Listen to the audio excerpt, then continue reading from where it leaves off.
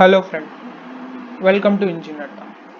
From today's onward, we are going to see about some of the topics related with the operational research. So in the operational research topic, we are going to cover this much topic, means this topic. That is initially we are going to cover about the single objective function, later on multi-objective, then geometric programming, then genetic algorithm, particle swarm optimization, and lastly we are going to see about some brief on portfolio optimization.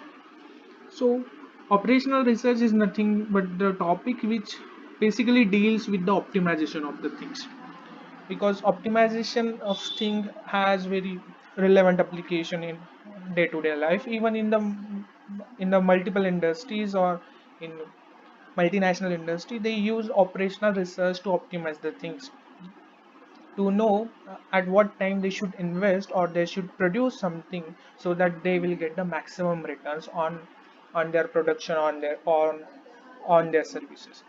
So by simply, optimization is nothing but the efficient utilization of resources to get a maximum or minimum output. So that is how we are gonna use our resources, our available resources, to get a maximum output that can be solved or that can be known by using operational research methods that we are going to discuss in throughout our lecture series. That these are the some of the methods that we use, or we will going to discuss about the methods which actually use for optimizing the things, or for knowing the answer that at what time or what is the something that we should invest and at the what time. So once again, we'll see what is optimization. Is nothing but the efficient utilization of resources to get a maximum or minimum output. Actually there are the two type of objective functions that literally we deal with. It is, one is the single object and multiple objective. In the next video we are going to see about the symbol of single objective functions, but in the reality we always deal with the multiple objective solutions.